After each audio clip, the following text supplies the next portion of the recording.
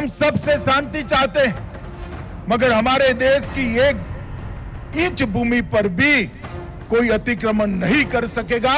हमारी सेना और हमारी सीमा इसके सम्मान के साथ कोई समझौता नहीं कर सकेगा। ये हमारी सरकार की नीति है, नरेंद्र मोदी सरकार की। दूरिया रोड से कम नहीं होती, दूरिया एयरपोर्ट से कम नहीं होती, दूरिया रेलवे से कम नहीं होती है, दूरिया मन के लगाव और प्यार से कम होती है। कार्बी आंदोलन का समझौता हुआ, 1000 से ज्यादा सशस्त्र कैडर ने अपने हथियार डाले हुए 8 आदिवासी समूहों के साथ समझौता किया। इसमें 1182 कैडर ने हथियार डाले। असम और मेघालय की अंतर्राज्यीय सीमा के अंदर भी समझौता हुआ और 70% सीमा विवाद समाप्त हो चुका है। मित्रों, अब सपा के परिघे में भी बहुत बड़ी कमी आई है। एक जमाने में अब सपा हटाना चाहिए, यहाँ के लोग मांग करते थे। कांग्रेस ने अपने चुनावी घोषणा पत्र में कहा था कि अब सपा हटा लीजिए। हमने कहा था कि अब सपा नहीं हटाएंगे। सेना और सशस्त्र बलों के लिए जरूरी कानून है, परंतु हम ऐसी स्थिति रखेंगे कि अब सपा लगाना ही न पड़े। और आज मैं बड़े आनंद और गर्व के साथ कह रहा हूं कि 70% नॉर्थ ईस्ट के अंदर से अब सपा को हटा लिया गया है। आज अब सपा नहीं है, और वो दिन दूर नहीं है कि समग्र उत्तर पूर्व के अंदर से अब सपा को हटा लिया जाएगा। सेना के जवानों का सम्मान हो रहा है, सशस्त्र बलों के जवानों का सम्मान हो रहा है, और शस्त्र लेकर जो युवा घूमते थे आज वो मेन स्ट्रीम में आकर मोदी जी के नेतृत्व में भारत के विकास के काम में लग गए हैं। ये हमारी नीति है।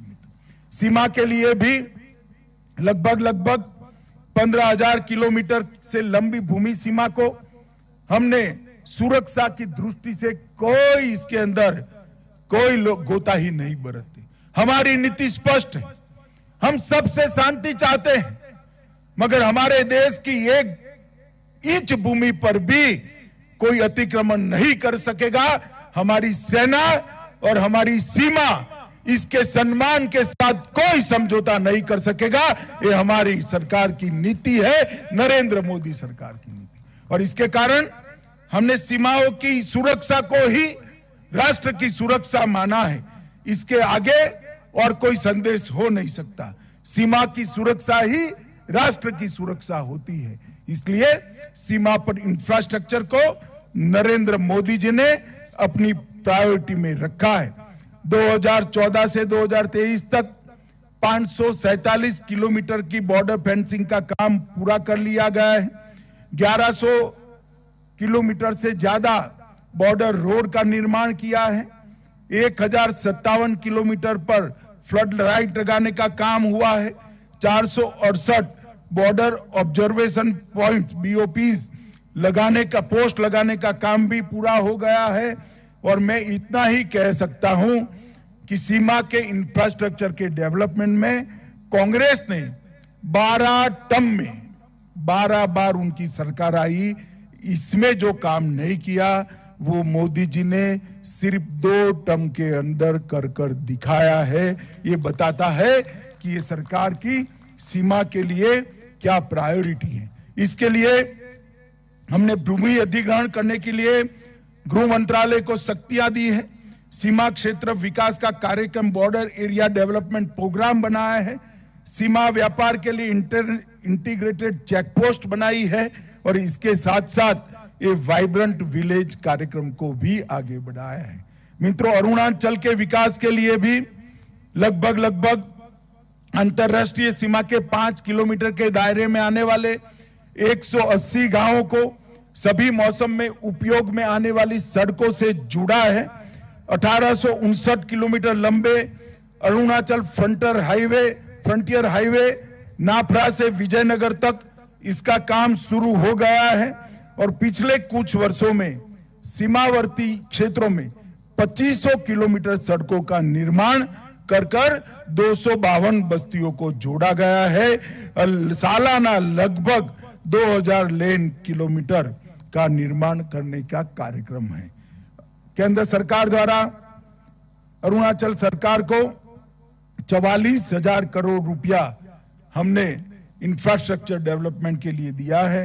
हवाई संपर्क के लिए भी advance landing ground Mechuka, Tuting, Walong, Vijaynagar, Mechuka, Tuting और वालोंग में सिविल टर्मिनल बिल्डिंग का निर्माण भी हम 3 चरण में है। रेल संपर्क के लिए पासीघाट, तेजू, परशुराम कुंड भी हमारा प्रथम गांव वाला स्थान है। वहां पर भी फील्ड लेवल का सर्वे समाप्त हो चुका है, काम बहुत जल्द में होगा। डिजिटल संपर्क में भी 684 गांवों में 4G कनेक्टिविटी पहुंच चुकी है। विद्युत सीमा क्षेत्रों में प्रकाश की व्यवस्था लगभग 1327 सीमावर्ती गांवों का विद्युतीकरण किया गया है और 728 गांवों में 6000 सौर स्ट्रीट लाइट भी लगाने का काम हुआ है। मित्रों, मैं इसलिए बता रहा हूं कि नरेंद्र मोदी जी की और नरेंद्र मोदी सरकार की सबसे बड़ी प्राथमिकता हमारा सीमा का क्षेत्र है। आज मैं यहां आया हूं तब समग्र वाइब्रेंट विलेज प्रोग्राम का भी रिव्यू यहां पर रखा गया है और अभी हेलीकॉप्टर चला गया, सभी लोग देख रहे थे, हेलीकॉप्टर चला गया। अमित शाह यहां बैठे हैं, कैसे जाएंगे? मैं कहीं नहीं जा रहा, आज आपके गांव में आपके साथ रुककर आपके साथ भोजन कर कर जाने वाला हूं, कल दोपहर को जाऊंगा। मित्रों, ये जो अप्रोच है मोदी जी ने, और मैं अकेला नहीं, समग्र मंत्रिमंडल को वाइब्रेंट विलेज के अंदर एक रात रुकने के लिए मोदी जी ने बात कही है और भारत सरकार के सभी मंत्री कोई ना कोई वाइब्रेंट विलेज में जा रहे हैं। ये बहुत बड़ी बात है। ये अप्रोच जो है वो दूरिया रोड से कम नहीं होती है, दूरिया एयरपोर्ट से कम नहीं होती है, दूरिया रेलवे से कम नहीं होती है, दूरिया मन के लगाव और प्यार से कम होती है और ये दूरिया कम करने का काम नरेंद्र मोदी जी ने किया है। आज मैं आया हूं तब अरुणाचल के संपूर्ण विकास के लिए पेमा खांडू की सरकार को मन से बहुत बहुत बधाई देना चाहता हूं। इनके नेतृत्व में अरुणाचल दिन दूनी रात चौगुनी प्रगति कर रहा है। नीचे पेमा खांडू, ऊपर नरेंद्र मोदी, ये जो डबल इंजन की सरकार है वो अरुणाचल को समग्र देश में छोटे राज्यों में सबसे विकसित राज्य बनाएगी, इसका मुझे पूरा भरोसा है।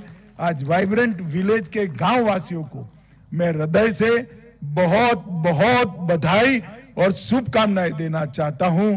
मोदी जी ने जो योजना बनाई है, आप भरोसा रखना, वो योजना को हम जमीन पर उतारेंगे और एक गांव को वाइब्रेंट विलेज बनाकर देश का पहला गांव कहलाने में आपको गर्व हो, ऐसा गांव बनाकर ही दम लेंगे।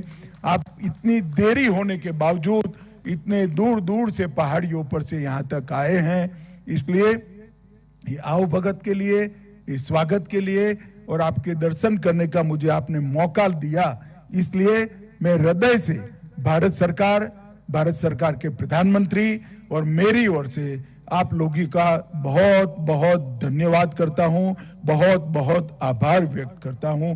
मेरे साथ एक बार जोर से ये पहाड़ियों में सब जगह गूंज जाए, ऐसी जोर से बोलिए भारत माता की। अरे जोर से बोलिए, मोदी जी तक आवाज जानी चाहिए। दोनों हाथ उठाइए, मुट्ठी भींचे और प्रचंड आवाज से बोलिए भारत माता की, भारत माता की, भारत माता की। जय हिंद।